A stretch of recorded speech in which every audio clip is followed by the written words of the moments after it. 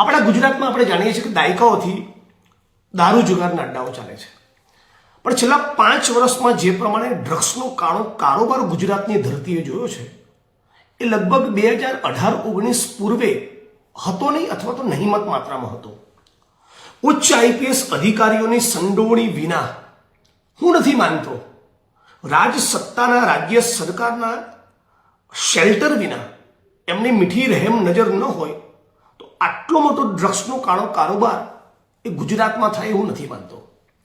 ગુજરાતનો ઇતિહાસ અને પોલીસ વિભાગનો તમે ઇતિહાસ જોઈ લો.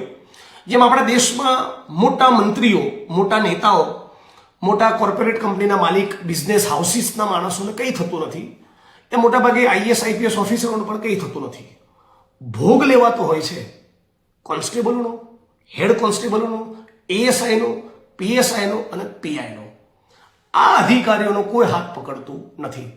એટલે મહેરબાની કરીને તમને વિનંતી કરું છું કે પ્લીઝ તમારા સાહેબોને ના પાડવાની ટેવ પાડો.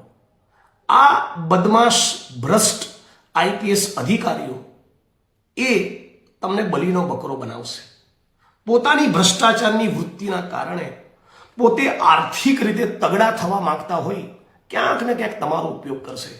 આપ સૌને વિનંતી કરું છું કે કોન્ફિડેન્શિયલી ગુપ્ત રહે ગુજરાતના દારૂ જુગારના અડ્ડા અને એનાથી પણ સવિશેષ ખાસ કરીને ડ્રગ્સ જ્યાં પણ મળતું હોય એની તમામ માહિતી મારા સુધી પહોંચાડો. મેં નક્કી કર્યું છે કે આખા ગુજરાતમાં જે પણ ખૂણે થાય શક્ય એટલું તમામ તાકાત લગાવી કોંગ્રેસ પાર્ટીની સાથે મળી ડ્રગ્સની સામે એક ઝુંબેશ ઉપાડવી છે. રવિશંકર મહારાજ અને ગાંધીના સરદારનું ગુજરાત આવું ન હોઈ શકે. બીજી ખાસ મહત્વની બાબત આપણી સાથે કહેવા માંગુ છું કે આપણા ગુજરાતની અંદર તમે જે આખી પોલીસ ફોર્સ છે એ જ્યારે પણ પોતાના હકના અધિકારની વાત કરે છે ત્યારે મોટાભાગે આઈપીએસ અધિકારીઓ તમારી સામે આવીને ઊભા રહેતા હોય છે. પણ એલઆરડીનું આંદોલન હોય કે પોલીસ કોન્સ્ટેબલના હક કે અધિકારની વાત હોય, પોલીસ ડિપાર્ટમેન્ટના વેલફેરના નાણાં ક્યાં વપરાય છે એવો સવાલ તમારામાંથી કોઈ ઊભું કરે તો કદી આઈપીએસ અધિકારીઓ કે ગૃહ વિભાગના મોટા માણસો, મોટા અધિકારીઓ કે મંત્રી તમારી મદદમાં આવતા નથી. એટલે તમે પણ સામાન્ય પરિવારોમાંથી આવો છો, તમે પણ સામાન્ય ખેડૂતના દીકરા દીકરીઓ છો, આ જ ગુજરાતના છો. એટલે તમે પણ પોતાનું કર્તવ્ય સમજી મારી આ મુહિમમાં મદદ કરો.